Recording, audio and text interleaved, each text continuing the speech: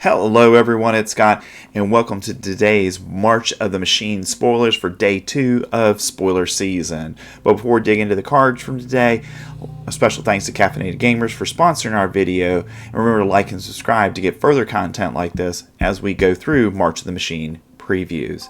So the first preview we have is Alabaster Host's Sanctifier. For 1 and a white mana, you get a Phyrexian Cleric. That's a 2/2 and lifelink. Basically, this is a limited playable card, marginal, if any, standard play that I expected to see. Next, we have Guardian of Girapor for 2 and a white mana. It's an angel with flying, and it's a 3/3. And when Guardian of Girapor enters the battlefield, exile up to 1 other target creature or artifact you control, return it to the battlefield under its owner's control at the beginning of the next end step. So I think this goes well into a angel deck, and we've already got Giada and a bunch of other angels that are seeing play already in standard, and we've had an angel deck that has been on the fringes of standard playable, and I think this helps to push it forward. And in addition to that, I think we're going to see other angels in the set. They're going to help this as well in that bounce ability to exile something and return to the battlefield. With that ability on its own, I think it's going to want to be in other decks potentially as well. Anything that has triggered abilities that enters the battlefield triggers, this is going to be a great card to play alongside that, because it's that enter in the battlefield ability. It does it, we get the value out of it, and we have a 3/3 left behind. So good card. I think it's going to see a decent amount of standard play. Next, we have Invasion of Dominaria for 2 and a white mana. You get a battle that's a siege, and when Invasion of Dominaria enters the battlefield, you gain 4 life and draw a card. And it has 5 damage that it can take. So I think on its surface, it's a good card in and of itself, with forgetting about trying to do the 5 damage to flip it, because you're going to gain 4 life, you draw a card. That's a pretty good rate in white for those abilities that you're going to get when you play it. Now, when you can do the 5 damage to it, then you get Sarah, Faith Keeper, with flying and vigilance, an angel, and it's a 4/4. And I think that is a nice card to go along with this. So for 3 mana, if you can do the 5 damage, you get a 4/4 angel at the end with flying and vigilance.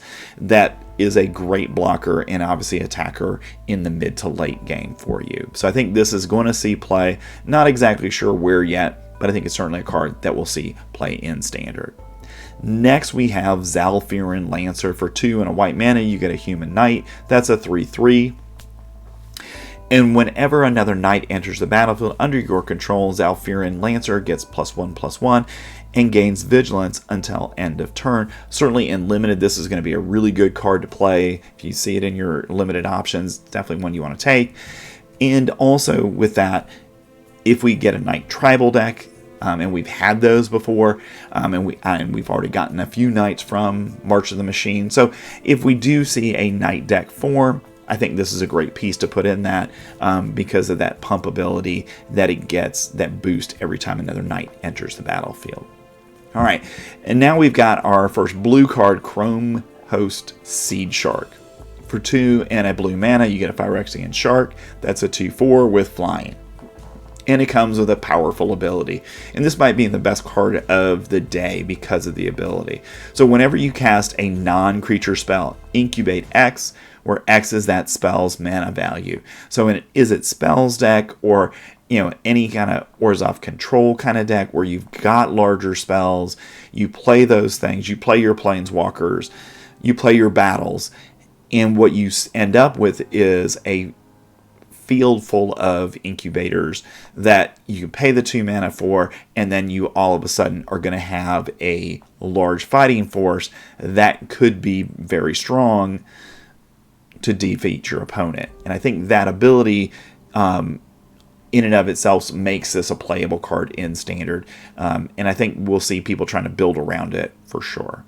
Next, we have a couple of black cards. We have Grafted Butcher for 1 and a black mana. You get a Phyrexian Samurai. That's a 2/2. So generic in that way, but the abilities on Grafted Butcher are the selling point. First, when Grafted Butcher enters the battlefield, Phyrexians you control gain menace until end of turn. His second ability is other Phyrexians you control get +1, and you can sacrifice an artifact or a creature and pay 3 mana and a black mana to return Grafted Butcher from your graveyard to the battlefield, and the limitation is you have to activate that as a sorcery. So I think based on what we got so far in March of the Machine and what we've already got from Phyrexia All Will Be One, and even some cards before that in the Brothers War and Dominator United, there is enough cards to create a dedicated Phyrexian tribal deck. So I think this card, is a great card for that as a lord within that deck. So I think this is going to see play, and I think we're probably going to see a Phyrexian tribal deck at least try to be part of Standard for March of the Machine season. Next, we have a card I missed yesterday, Merciless Repurposing for 4 and 2 black mana. It's an instant. You get exile target creature, and it has Incubate 3. The downside of it is it's 6 mana, and you're exiling a creature. The Incubator's nice, but limited playable only. Not going to see this in Standard. Next, we have Hoarding Broodlord for 5 and 3 black mana. You get a dragon that with Convoke and Fly, and that's a 7/6. So Convoke is an ability that allows you to tap creatures to reduce the cost of casting a card. In this case, I would put Hoarding Broodlord into a creature deck where I'm going to have a lot of creatures in play, and then tap those creatures to go ahead and get Hoarding Broodlord into play on turn 4 or 5, way ahead of curve, and now I've got a 7/7. But in addition to that, when Hoarding Broodlord enters the battlefield, you get to search your library for a card, exile it face down, then shuffle, and for as long as that card remains exiled, you may play it, and spells you cast from exile have Convoke. So first of all, going and searching your deck for a card is a powerful ability in and of itself. But then being able to cast that with Convoke can speed that process along. So you might have another Hoarding Broodlord in your deck that you want to go grab, or a Titan of Industry, or an Atraxa. Okay, you can now cast that with Convoke to reduce that mana cost to make it very playable. So I think we're going to see Hoarding Broodlord in Standard. Where exactly, I'm not sure yet, but it's going to be definitely in a creature-focused deck that's going to have a lot of things that it can use to convoke itself into play early in the game. Next, we have a couple of red cards for the day. We've got Into the Fire for 2 and a red mana. You get a sorcery, and you get to choose one. First, you can choose Into the Fire, deals 2 damage to each creature, planeswalker, and battle. Or you can put any number of cards from your hand onto the bottom of your library, then draw that many cards +1. The flexibility of this card, I think if it sees any play, that's what's going to get it to see Standard play. Because right now we have a better red damage spell in Brotherhood's End that does 3 damage to all creatures. So I think that is a better card. Now, what Into the Fire does, though, is it does planeswalkers and battles, where where Brotherhood's End is only going to be creatures, or it can destroy all of the artifacts that are 3 mana or less. So there's flexibility in there as well. And we see Brotherhood's End seeing a lot of sideboard play in red decks. So I think that's probably the better of the 2 cards. But if you're looking for flexibility and being able to filter cards from your hand, then Into the Fire is probably the card for you. Next, we have Voldaren Thrillseeker for 2 and a red mana. You get a Vampire Warrior, that's a 1/1. It has backup 2, so you get to put 2+1 counters on a target creature, and it gains all the abilities of Voldaren Thrillseeker if it's a different creature. And that means that for 1 mana, you can sacrifice this creature. It deals damage equal to its power to any target. So I don't see this seeing a whole lot of Standard play. The backup ability is nice, but putting 2+1 counters on it and getting a 1/1 body, it's okay, but right now there are better things in red that we have that we want to play that have haste and do more damage. So I think right now this is not a card that's going to see a lot of Standard play. Next, we have Invasion of Tarkir for 1 and a red mana. You get a battle, that's a siege. And when Invasion of Tarkir enters the battlefield, reveal any number of dragon cards from your hand. When you do, Invasion of Tarkir deals X plus 2 damage to any other target, where X is the number of cards revealed this way.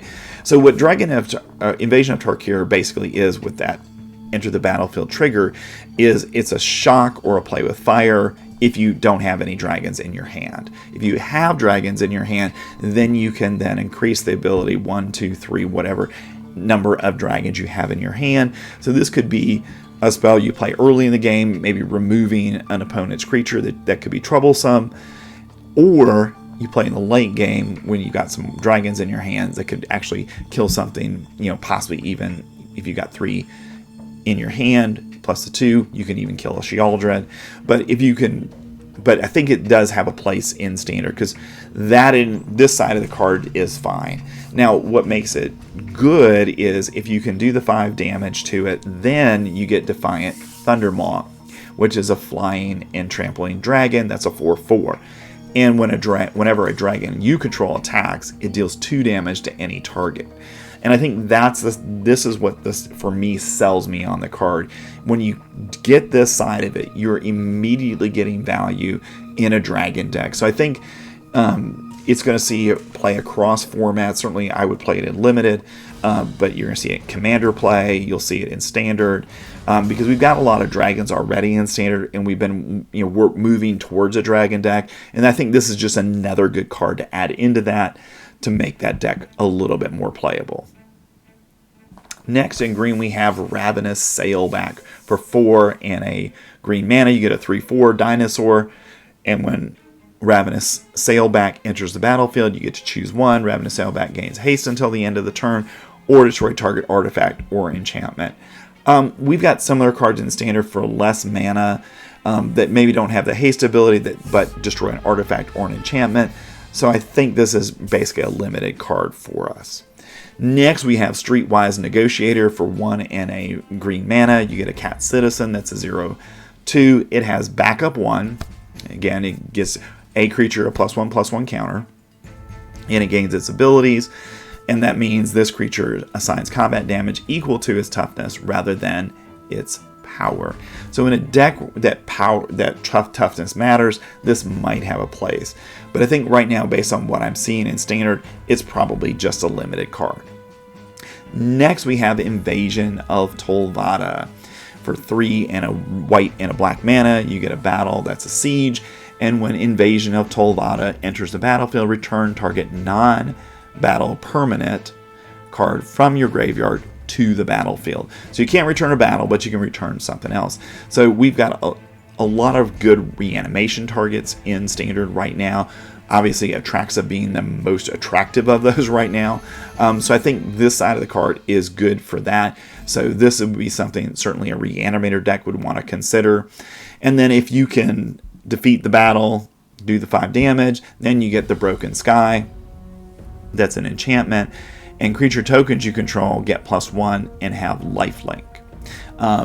So it's gonna. I think this is an interesting card as to where it fits. I mean, part of me thinks right now we already have a Mardu token deck, so this could fit nicely into that, and it could bring something back from the graveyard, like one of your permanent spells that creates more tokens, and then at the beginning of your end step, create a 1/1 black and white spirit creature token with flying.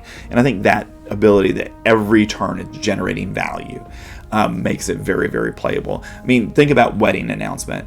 I think when we saw Wedding Announcement, a year and a half ago almost now, that it didn't look like it was going to be an incredibly powerful card in Standard. But what we learned over time is getting 3 1/1s and then a +1/+1 to everything later is a really powerful ability, and I think this card sees play for those same kind of reasons.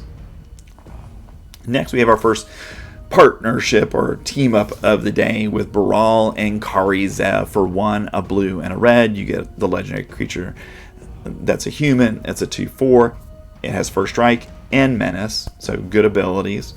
And whenever you cast your first instant or sorcery Each turn, you may cast a spell with lesser mana value that shares a card type with it from your hand without paying its mana cost. So that's a really good ability. We haven't seen a lot of really powerful instants and sorceries yet that we definitely would say, wow, I really want to play that, but I need more value on it. But I think even in a simple Izzet spells deck, this is a very good card. You play a 3-mana spell, and then you can cast another one afterwards for free. And if you don't do that, then you create First Mate Ragavan, a legendary 2/1 red monkey pirate creature token. It has haste until the end of the turn. So I think there's a lot of value there. I think this is definitely going to see play in Standard. Whether it's a card people build around or not, I'm not sure yet, but it's certainly a card that is going to see some Standard play.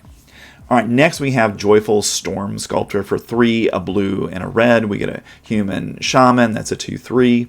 So right there, this is saying limited to me because it's only a 2/3. It does have the upside of when Joyful Storm Sculptor enters the battlefield, you get to create 2 1/1 blue and red elemental creature tokens. So really you're getting 4 power and 3 creatures onto the battlefield for the 5 mana, which is okay. And then whenever you cast a spell that has Convoke, Joyful Storm Sculptor deals 1 damage to each opponent and each battle they protect. So if we get a deck that is going to have a lot of Convoke cards in it, then I think this is good. But like I said, I think it's more of a limited card for us. All right, and that brings us to our last card of the day, Rankle and Torbrand. For 1, 2 black and 2 red, you get the legendary creature that's a fairy dwarf. It's a 3/4. It has flying, first strike, and haste, so very good abilities for this 5 mana. Wish it had a little bit more toughness and power, but you can't ask for everything. So whenever Rankle and Torbrand deal combat damage to a player or battle, choose any number. So the key here is, it has haste, it has flying, and first strike. So in a deck where you've got a lot of creatures that are just generic creatures that are good, I think this is a good card in it, because when you do that, then you get to activate one or more of these abilities. And I think the most important one, at least from my perspective, is the last one. So if a source would deal damage to a player or battle this turn, it deals that much plus 2 instead. So from Torbrand's ability, what it did when we had Torbrand from Throne of Eldraine, what Torbrand did there was red spells did 2 additional damage. Okay, or creatures or permanents did 2 additional damage when they did that. So we're getting that ability, but the downside of it is that Rankle and Torbrand have to do damage first.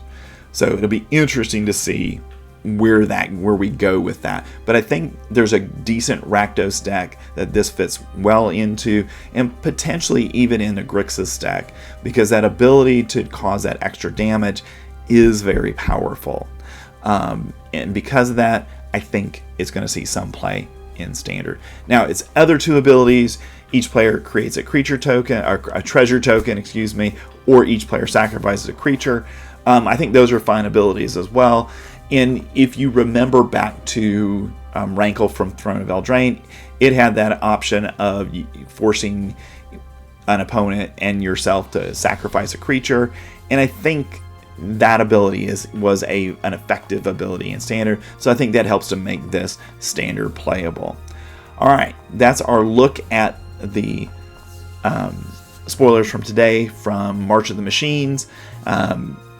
A lot of good cards that we're seeing, and I expect as we continue throughout the day, we'll see more spoilers. So I'll be back tomorrow with our 3rd day of March of the Machine spoilers. Again, thanks to Caffeinated Gamers for sponsoring a video. Thanks for staying to the end, and please like and subscribe so you can get more of this content. Thanks. I'll see you next time.